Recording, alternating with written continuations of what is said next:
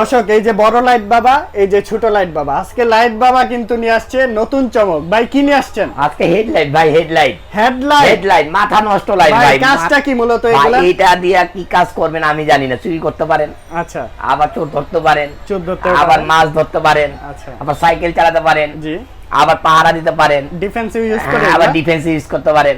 মানে এইটা দিয়ে ভালো কাজও হয়, খারাপ কাজও হয়, আপনি আচ্ছা, যেই কাজে লাগান।